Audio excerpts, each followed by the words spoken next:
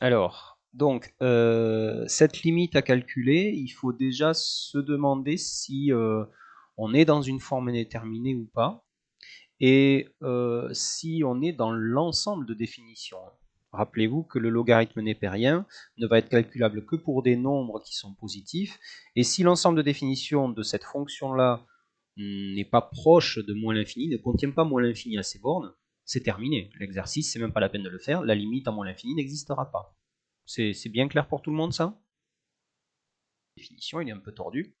On se retrouve avec moins l'infini jusque 1, union 1 jusque 5 quarts.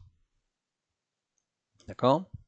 Bon, cet ensemble de définitions, en fait, j'avais pas besoin de le calculer sur ma copie parce que, en fait, moins l'infini est bien dedans. D'accord? Donc, si vous n'avez pas de contradiction, n'allez pas rédiger ça sur votre copie, ça sert à rien. D'accord? Ça sert simplement si vous avez le nombre, par exemple, si je vous avais demandé la limite pour x tendant vers plus l'infini, vous faites ça, et ça vous permet de dire la limite en plus l'infini, je ne la calcule pas, elle n'existe pas. D'accord? Ça va sur la rédaction et la réflexion? Ok. Alors, maintenant, ce qu'on va faire, c'est évidemment déjà vérifier qu'on est bien dans une forme indéterminée. X tend vers moins l'infini, moins 4x tend vers plus l'infini, plus 5 ne change rien, cette parenthèse-là tend vers plus l'infini. Donc, ln de la parenthèse, il tend vers plus l'infini. D'accord? Moins 2x, lui, il va tendre vers plus l'infini. Plus 1 ne change rien. En haut, ça tend vers plus l'infini. Et donc, l'exponentielle de quelque chose qui tend vers plus l'infini, ça tend vers plus l'infini. Donc, en effet, je suis dans une forme indéterminée. Infini en haut, plus l'infini en haut. Infini en bas, plus l'infini en bas. D'accord? Donc, infini en haut, infini en bas. Bon, on a quand même une intuition, c'est de dire que l'exponentielle qui bat déjà le x, et le x qui bat déjà le ln, bah forcément ln, qui est le super faiblard, va se faire battre par le super champion exponentiel. D'accord?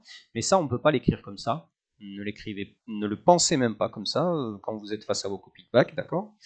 Donc, on va plutôt transformer l'expression. Donc, pour tout x appartenant à, vous voyez, le fait d'avoir fait d2f me permet de dire d2f, mais vous embêtez pas à chercher l'ensemble de définitions quand vous êtes en train de transformer votre formule.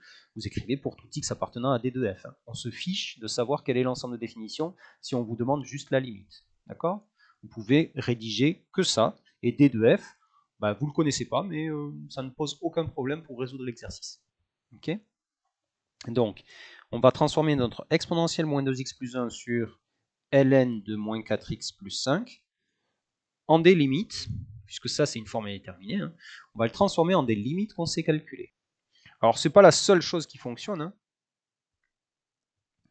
mais c'est possible ouais, en faisant de l'exponentielle x sur x et du lnx sur x, sauf qu'il sera écrit à l'envers. D'accord? Si je fais les choses comme ça, si j'écris les choses comme ça, je vais me retrouver avec de l'exponentielle x sur x et du ln x sur x, enfin l'inverse, qui vont plus avoir de secret, en fait. Okay, cela et cela, ce sont des formes indéterminées qu'on sait lever. Mais là, je viens de fabriquer des termes intermédiaires en trop. Je viens de fabriquer un moins 2x plus 1 et un moins 4x plus 5 qui n'ont rien à faire dans cette expression-là. D'accord? Donc je vais corriger tout en faisant moins 2x plus 1 sur moins 4x plus 5.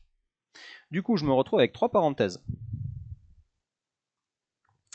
Bon, alors maintenant, on va se débarrasser de ces trois trucs, puisque maintenant, on l'a découpé en trois. Okay, donc, on va faire limite pour petit x tendant vers moins l'infini de moins 2x plus 1. Hein, vous voyez, il y aura de la composition de limites à faire en plus. Hein. Ça donne plus l'infini. Et je sais que la limite pour grand x tendant vers plus l'infini de exponentielle x sur x, c'est égal à, rappelez-moi la valeur de cette limite,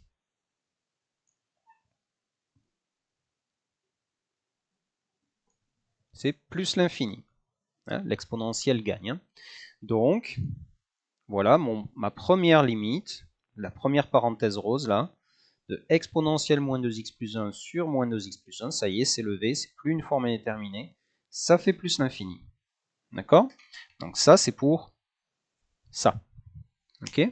Maintenant, la deuxième ligne, je vais faire la même chose, mais attention, hein, je ne vais pas parler de x sur lnx, je vais parler de lnx sur x. C'est celui-ci qui est au programme. Hein. Donc c'est moins 4x plus 5, ça me donne plus l'infini.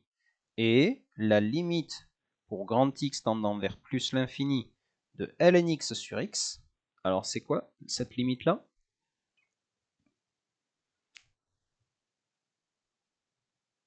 Oh, c'est pas la peine de créer vraiment de nouvelles variables. D'accord? Alors oui, ça va faire 0. Alors, est-ce que c'est un 0 plus ou un 0 moins?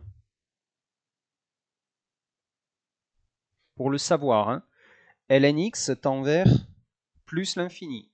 X tend vers plus l'infini. Ça va vers 0, mais en étant par valeur positive, puisque le numérateur et le dénominateur sont positifs. D'accord? Ça nous permettra donc d'inverser, parce que si vous ne mettez pas ce 0 plus, comment vous inversez votre 0 en infini? Est-ce que c'est plus l'infini ou moins l'infini? D'accord? Donc ça nous permet de dire que limite pour x tendant vers plus l'infini de x sur ln x, c'est égal à plus l'infini. Donc, la limite pour petit x tendant vers moins l'infini de moins 4x plus 5 sur ln de moins 4x plus 5. Allez, deuxième parenthèse pour laquelle on a levé la forme indéterminée, ça fait plus l'infini. D'accord? Donc je vous rappelle, hein, lui c'est plus l'infini, lui c'est plus l'infini. Je vais entourer le troisième aussi. Alors pour le troisième, qu'est-ce qu'il faut faire tout simplement? Limite pour x tendant vers moins l'infini de moins 2x plus 1 sur moins 4x plus 5, c'est la limite pour x tendant vers moins l'infini de moins 2x sur moins 4x.